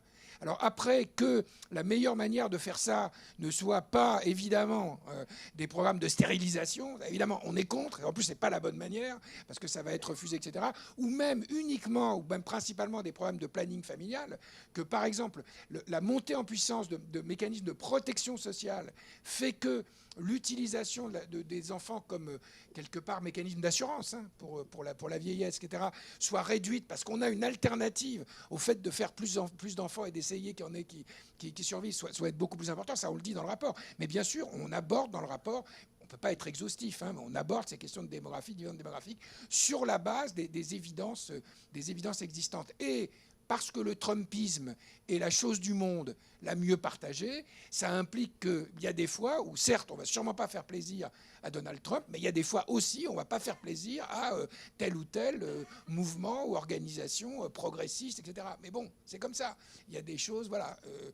C'est pas vrai que le lac Tchad, son problème principal actuellement, c'est que ça rétrécit et que, voilà, que c'est pas ça. La solution du lac Tchad, c'est pas mais je crois qu'à l'AFD, vous le savez, aussi bien que moi, si ce n'est mieux, de détourner les fleuves pour augmenter l'eau. Le problème actuellement dans la zone du lac Tchad, c'est plutôt les inondations. Donc d'accord, donc les solutions sont à chercher peut-être un petit peu ailleurs. Voilà, c'est comme ça. Et si ça fait pas plaisir à Madame Ségolène Royal, eh ben tant pis. Voilà. C'est comme ça. Voilà. Et donc sur la démographie, c'est pareil, c'est ce qu'on essaye de faire comme positionnement. Alors sur la biodiversité, c'est vrai. Il y a un aspect positif et il y a un aspect plus compliqué. Ce qui est positif et ça c'est très important dans les ODD, et ça a aidé par ailleurs, c'est que les ODD ont permis justement la montée en puissance d'un certain nombre de thématiques. moi j'ai vu, par exemple, moi j'ai vécu avant les ODD la montée en puissance de la thématique sida, tuberculose, malaria, avec la fondation, la création du Fonds mondial, qui a permis quand même des progrès significatifs en dépit de toutes les limites. On a vu par exemple comment la question des océans, et un peu en s'appuyant sur les ODD, même si ce n'est pas que les ODD, a permis de faire avancer les choses. Et sur la biodiversité, en lien avec ce que fait l'IPBES, etc., ou la désertification, on voit bien comment ça monte en puissance. Le problème qu'il y a, et que je dis y compris aux copains du GIEC, c'est qu'il faut éviter que la communauté scientifique ou la communauté militante de telle ou telle cause, elle continue à se battre en silo. L'intérêt des ODD, c'est justement de faire le lien et de montrer comment on peut trouver les bons compromis entre sécurité alimentaire et maintien de la biodiversité. Dans les feux de forêt qui sont actuellement qui sont une catastrophe absolue en Amazonie, mais dans une partie de ces feux de forêt, il y a de l'agriculture sur brûlis, qui est une pratique légitime, qui même par certains côtés peut être agroécologique. Il y a des gens plus spécialistes que moi, comme Christian, qui pourraient apporter témoignage. Donc je suis assez confiant que la COP chinoise, surtout qu'en plus qu'elle est en Chine, va permettre des progrès significatifs, mais c'est important qu'on fasse le lien on fasse le lien entre la défense de la biodiversité, qui est vraiment extrêmement menacée, cette limite planétaire qui est probablement une de celles où les tipping points sont les plus... on est proche de ça sur beaucoup d'espèces et sur beaucoup de régions, faire le lien avec les autres aspects et prendre en compte bien les aspects transversaux. Je suis... moi, je me suis battu, mais pour l'instant, je n'ai pas gagné. Je suis un peu mari, d'autres le savent, ça ne les étonnera pas, que dans ma propre communauté d'appartenance, celle sur la santé, la lutte contre les maladies infectieuses, on ait continué un peu trop à dire, voilà, on veut toujours plus d'argent pour notre combat, etc., sans trop s'intéresser au reste. Si chacun veut créer sa propre institution multilatérale et veut augmenter sa part du gâteau, sans jouer sur les interactions, on est mort. On est mort. Et c'est les méchants qui gagnent. Voilà. Donc, c'est aussi quelque part le rapport, c'est un appel à l'unité de la convergence de l'ensemble des causes, dont celle de la biodiversité, évidemment, pour mettre en avant. Mais il y a des coalitions très importantes. Par exemple, la question du droit des femmes et la question de la préservation de la biodiversité est très, très profondément liée. Très, très profondément liée. Et donc là, il y a des alliances possibles auxquelles on n'a pas forcément pensé jusqu'à présent. Je ne sais pas si tu es d'accord avec ça, mais... Bon, merci Jean-Paul. Je n'ai pas encore pris de questions dans cette partie de la salle. Je vois 2 mains qui se lèvent, 3 même. Alors attendez, alors, il y avait une question au fond et on va revenir vers le premier rang. Bonsoir. Moi, je suis scientifique.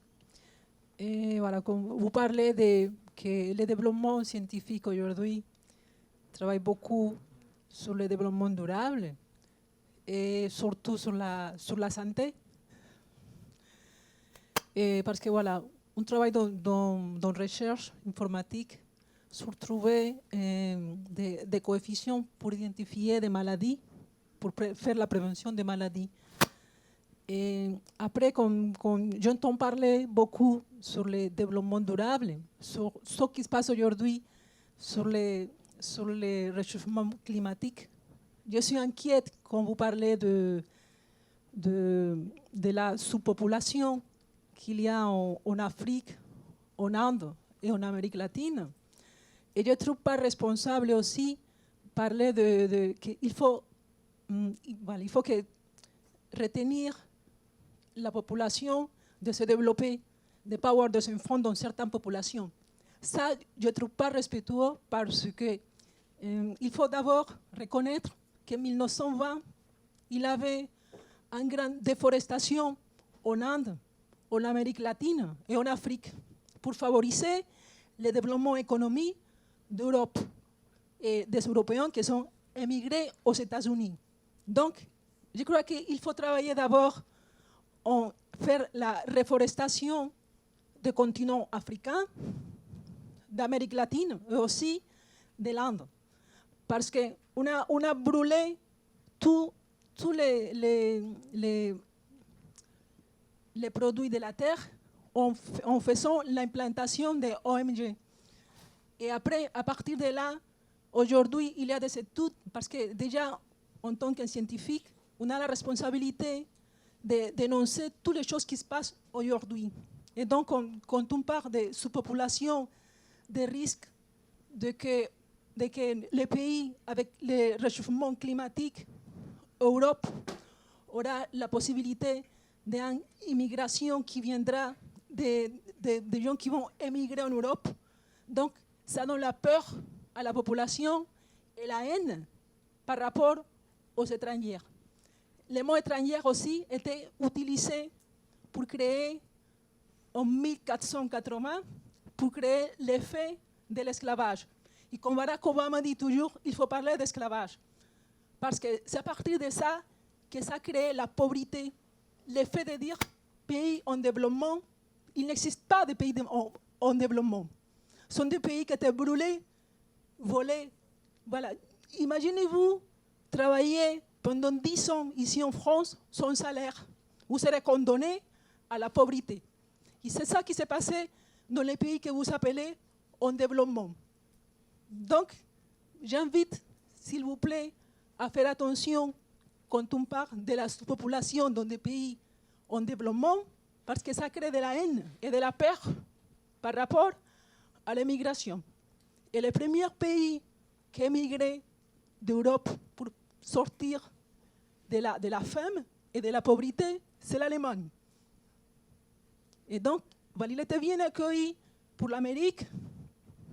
Je parle d'Amérique comme le continent américain, des Amérindes, qui étaient installés depuis 13 000 ans avant Jésus-Christ. Donc, merci de faire attention, une fois plus, des mots qu'on utilise parce que ce sont les mots qui font la haine et qui ne laissent pas progresser et avancer les choses. Merci. Okay. Merci. Il y avait une question, deux questions juste devant, s'il vous plaît, au premier et deuxième rang.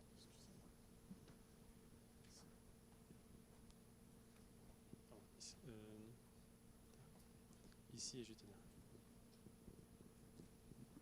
Oui, Sarah Marniès, je suis en charge du campus de l'AFD. Donc, d'abord, bravo Jean-Paul, bravo. C'est vraiment un rapport qui met en avant un message incroyable. Enfin, moi, je trouve que depuis 2 ans, les choses bougent dans la manière de chercher, de vouloir chercher autrement et de vouloir faire évoluer ce milieu conservateur de la recherche. Et le fait de dire clairement dans un rapport comme ça qu'il faut changer les pratiques de la recherche, c'est vraiment, je trouve, presque révolutionnaire, et j'exagère, mais ne serait-ce qu'il y a 2 ans, on ne pouvait pas évoquer le changement de pratique dans ce milieu. Et là, je trouve qu'on va plus loin que les sciences participatives. On est vraiment sur des acteurs non académiques et académiques qui pensent ensemble des sujets de recherche, qui font évoluer les thématiques de recherche, qui font évoluer les manières de chercher. C'est vraiment très, très enthousiasmant. Maintenant, est-ce que parmi les freins à ces évolutions, il y a bien sûr le poids de la recherche privée, mais il y a quand même un frein majeur. Et est-ce qu'il est évoqué? Je pose ma question pour tweeter la réponse. Est-ce qu'il faut remettre en question l'évaluation des chercheurs par le système des publications? Et si oui, comment on y arrive? Juste derrière ça. Merci beaucoup. Je voudrais aussi me joindre à féliciter Jean-Paul Moatier et les groupes d'experts pour les rapports, mais aussi l'AFD pour cette initiative aujourd'hui. Et je pense que c'est aussi important que les rapports, de pouvoir avoir un dialogue entre chercheurs et d'autres parties prenantes. Et donc, je voudrais savoir s'il y a d'autres initiatives prévues par l'AFD, peut-être aussi dans des autres pays qu'on peut aussi participer, diffuser dans notre réseau. Merci et bravo. Et c'est seulement le début. Hein. Merci. Merci, pardon. Donc, une toute dernière question et après, on devra synthétiser et conclure. Merci. Constance Torelli de l'INSEE, justement. Je me joins effectivement aux félicitations de mes 2 camarades. justement, Jean-Paul Moati, vous avez évoqué tout à l'heure la responsabilité des INS, des Instituts nationaux de la statistique, qui sont en charge de faire le relevé des statistiques pour transférer ces données aux Nations Unies, disons. Et effectivement, en France, nous, l'INSEE est le point focal justement pour regrouper, rassembler tous ces indicateurs. Et on a de la chance parce que nous avons un système statistique public qui est extrêmement bien déployé sur tout le territoire et dans tous les ministères où nous avons effectivement des statisticiens qui partagent la même déontologie et qui sont en charge de tous ces indicateurs-là dans les ministères. Effectivement, on a des difficultés parfois à mesurer, à donner des indicateurs qui ne sont pas de notre ressort, parce que, enfin, c'est pas qu'ils ne sont pas de notre ressort, mais on est des statisticiens et on n'est pas effectivement des spécialistes de certains domaines. Encore en France, on est encore relativement privilégiés. Mais moi qui travaille aussi pour la coopération sur l'Afrique subsaharienne, comment on fait justement pour appuyer les pays, les INS et leurs ministères, leurs services adéquats selon les domaines? Comment fait-on pour essayer justement de les accompagner de façon efficace? Merci. Oui, moi, ce n'était pas du tout une critique. Je ne vais pas prêcher contre ma propre paroisse, hein, surtout que c'est l'INSEE qui m'a appris à échantillonner en population et que ma carrière scientifique a été permise grâce à ça, des enquêtes en population avec un bon échantillonnage que j'ai appris de vous. Donc, je ne vais pas cracher dans la soupe. Non, la vraie question, mais c'est justement ça l'esprit qu'il faut changer dans les pratiques, c'est que effectivement, les gouvernements ont spontanément donné ça aux instituts statistiques. C'est d'ailleurs normal qu'ils soient en première ligne, mais n'ont pas pensé, et ce n'est pas votre faute, n'ont pas pensé à mettre en place des groupes pluridisciplinaires, tout simplement. Et c'est de la même façon que de la même façon que le ministère de la Santé, il ne pense pas forcément, quand il fait sa demande budgétaire, à voir comment c'est compatible avec celle du ministère de l'Environnement. Donc c'est une façon de... Il faut bien sûr qu'on change, nous, statisticiens, aussi un petit peu notre point de vue qu'on soumet à l'INSEE. Vous êtes déjà très ouverts sur beaucoup d'autres disciplines, mais il faut systématiser, y compris dans les formes d'organisation, par exemple du recueil statistique, puisqu'on parle de ça, cette transdisciplinarité, cette transversalité des ODD, sinon ça ne le fait pas. Deuxièmement, j'incite notre ami d'Amérique latine, je crois, à lire le rapport, parce que bien évidemment, le rapport, il ne fait pas l'impasse sur le fait, pas du tout l'impasse, sur le fait que les responsabilités ne sont pas partagées dans la même mesure entre les pays du Nord et les pays du Sud. Et c'est vrai qu'il y a quelque chose qui est dans le rapport, peut-être pas suffisamment, mais il faut tenir compte des équilibres, mais qui est le grand non-dit des ODD dans nos propres pays, c'est que effectivement nos modes de production et consommation ne sont pas soutenables. C'est pas possible, d'accord ? Et là, et que ça implique de profonds changements dans les modes de vie. Ça ne veut pas dire que le mode de vie va se détériorer, mais qu'il faut changer de ce point de vue-là. Et on le dit d'ailleurs dans le rapport, on a une experte finlandaise qui était une des plus actives dans le groupe, même les plus vertueux, comme la Finlande, qui sont assez hauts dans le Human Development Index, etc., ou les Norvégiens, ils peuvent se prétendre vertueux de leur propre aveu scientifique sur la base d'une relative arnaque. C'est-à-dire que quand on reste dans le cadre national, effectivement, c'est assez cool le développement durable, mais si vous entrez dans la comptabilité, l'ensemble des intrants qui ont été produits ailleurs et la pollution, par exemple, que ça a généré dans les pays d'origine des intrants en question, ils baissent, les Finlandais, les Norvégiens, les Français aussi, dans le classement de l'empreinte écologique, etc., etc. Donc, on est très clair, on essaye d'être le plus clair possible par rapport à ça. Je n'ai à aucun moment donné parlé de surpopulation. J'ai dit simplement, et ça, je suis désolé, c'est pas une question de progressisme, etc., qu'il y a un fait absolument établi par les démographes, c'est qu'il y a une corrélation indiscutable entre la réduction de la taille des familles, le contrôle de la reproduction par les femmes, la reconnaissance plus grande du droit des femmes et le développement. C'est le dividende démographique, etc. C'est un fait scientifique. Dire ça, c'est pas être... Voilà. Qu'après, il puisse y avoir des salopards qui utilisent ça en le détournant à des fins de racisme, ok, et on va se battre ensemble contre le racisme, mais on ne se bat pas contre le racisme en ne racontant pas les faits objectifs. C'est comme ça. C'est ce que les démographes nous ont appris. Ça ne veut pas dire qu'il faut avoir une attitude culpabilisante par rapport, évidemment, aux familles et aux personnes concernées. Il faut leur donner les moyens d'avancer dans ce sens. Et si, par exemple, un pays d'où je viens, la Tunisie, a connu un certain développement, c'est parce que, par exemple, comme le démontrent les enquêtes démographiques, les Tunisiennes aujourd'hui utilisent plus et en connaissent plus sur les moyens de contraception que les Françaises. D'accord ? Ben voilà, c'est ça qu'il faut faire. Voilà. Et c'est pas dire du mal ou s'opposer à la... Voilà. Et on ne parle pas de surpopulation, parce que là, effectivement, il y aurait jugement de valeur. Enfin, sur le dernier point, merci de toutes les gentillesses, mais bon, c'est pas moi, hein, c'est le groupe d'experts, et c'est surtout ce qu'il y avait derrière dans la communauté scientifique et dans les revues scientifiques. Voilà.